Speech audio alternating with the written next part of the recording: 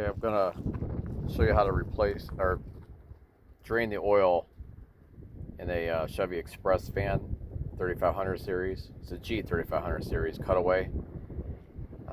It's like a box truck van.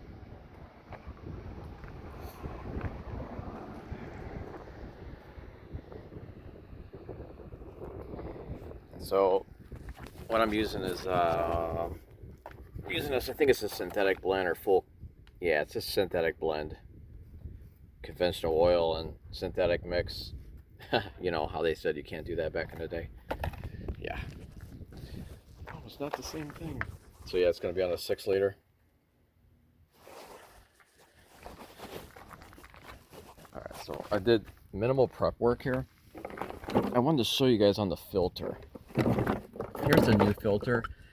And what I like to do is I like to put the mileage and the date of when the oil was changed. Just in case. And this does not come off. I mean, even if it's covered in oil, it's not going to come off on its own. Especially within 3,000 to 4,500 miles or 2,000 miles, whatever. So yeah, and they put this nice plastic little hat on there. So here's,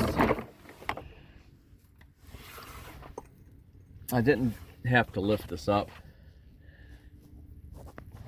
The truck sits, or this van sits up high enough. So I'm going to prop this, hopefully, to where you can see it. And I won't be blocking the view. Alright, let's see. So there's the filter, and there's the drain plug. Alright, hopefully that stays. Okay, so what I like to do, start off with the drain plug. This one's a 15 millimeter or 9/16. And yeah, it was tight. I did loosen it just for the sake of the video. But if you're gonna put whenever you're changing the oil, taking this drain plug off, if this feels loose at all, try to go with the smaller size. For instance, this is a 15 millimeter. If it feels a little too loose and this is super tight, put a 9/16 on there. See if it'll fit. You want it snug. Last thing you want is this thing to just round off on you. And it's still super tight. I did try to.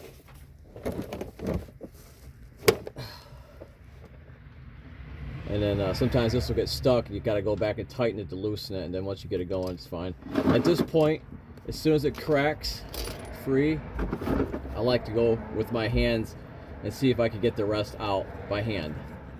Now, it's the first time I'm changing the oil in this van, but this is the same setup as on my Suburban. I have a Chevy Suburban 2500 series, same motor and all that. All right, make sure I don't want to get this on my driveway. Okay. Yeah, it was pretty dirty. Always have a rag handy. And this is my first time on this one, so I'm going to kind of check this oil plug. I'm only going to wipe the threads at the base. So yeah, see, it's got some shavings on there. I don't know if you guys can see that on the end here. It's got some metal shavings. So I don't know much about this vehicle. Like I said in the previous video, I bought this thing for like $2,750. So with tax and title, we figured out, because I wanted $3 grand out the door. It's a 2003 Chevy Express G3500 cutaway box van truck. All right. I already had 200-some thousand miles on it when I bought it, so stick this in here. So as that's draining, I'm going to position my oil pan here so that the spout's going uphill. This is a little bit on the hill. It'll help it drain. And I did run the engine for about 15 minutes at idle just to thin the oil out. Now, getting the oil filter out, a lot of times you can just grab them and turn them, but this one's really close to the oil pan. You gotta be careful. This is an aluminum magnesium mix oil pan. I think it's, or no, this might be straight aluminum. I know the bell housing for the transmission, and it's got that weird mix. There's a few ways you could do this. You could have one of these where you stick it on and then turn it. or you can use one of these adjustable ones. But this one sits tight against here. It's very difficult. Or if you're always going to change your own oil, you want to use this style, the one that will fit it perfect, like that. See? And that fits it perfect. And all you have to do is usually to have a 3/8 drive on them. You just put a 3/8 drive in there, and you take it off. This would be the oil filter socket. But that's just too easy. What I like to do, and two, one thing is funny because like this fits this one perfect. It's made for this filter, but the filter that I'm replacing it with, this does not fit. And I always will use the other style, so I would have to get this oil filter socket for the manufacturer I'm always going to use. So what I'm going to do, and this was already loose, is I'm going to use this. So what you do is just, that's it. It's that simple. You go to your farthest point, pull, and go like that. So that's it. And I'm not surprised that this was loose. A lot of times these will loosen up. And on a windy day, I have to watch for it blowing like this. So I'm going to let it get most of it out before I pull this out, so I can eliminate this oil spray all over me and my driveway. I could block it with my hand when I go to take it off pretty quick.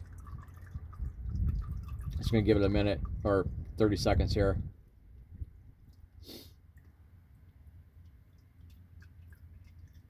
All right, that looks, I got my rag ready. And I could have put my floor jack underneath the front, lifted up a few inches, but I know I just didn't. All right, I'm going to take this off. And a lot of times these are hot, so you can't just do this. And see how much is coming out now? It's not windy, so I figured I'll just let most of it come out. The wind's kicking up today. It's March 21st, first full official day of spring. And here in Northeast Ohio. So this was a Napa filter.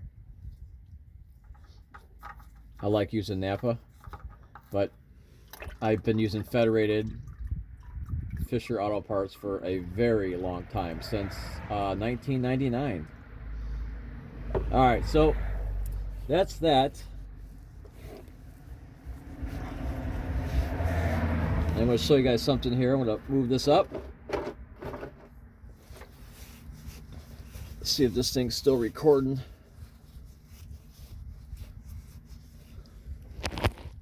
All right, still recording. So,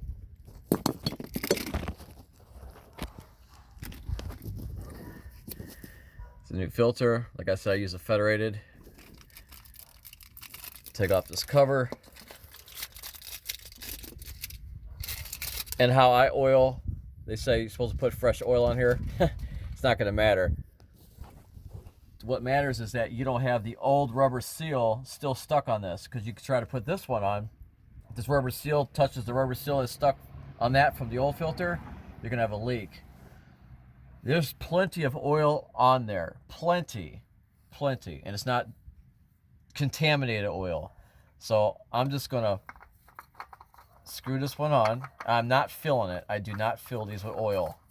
Sometimes I do. I'm just not doing it this time. And you see how tight that is? Like, I can't get my fingers in there to grip this to tighten it. So that's why I like to use this. So this is how you take it off. So to put it on, it's going to go like this.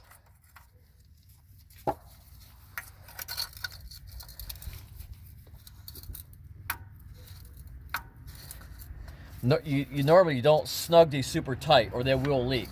But you can't just leave them barely tight either.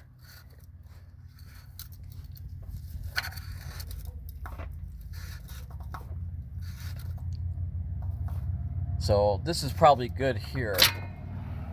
I slipped off, wasn't watching. It's kind of hard to watch I'm trying to watch myself on the video and not pay attention to what I'm doing. Okay, so that's pretty good. And then I like to use the rag to kind of wipe the stuff. As you can see, the marker's not going to come off. I mean, it will if I keep rubbing it, but under natural, just driving, it's not. This is still dripping. And what I like to do too is kind of look to see if I see any hairline cracks or anything that I may have missed. I don't see any. So like I said, I like to mark those. That's that. And then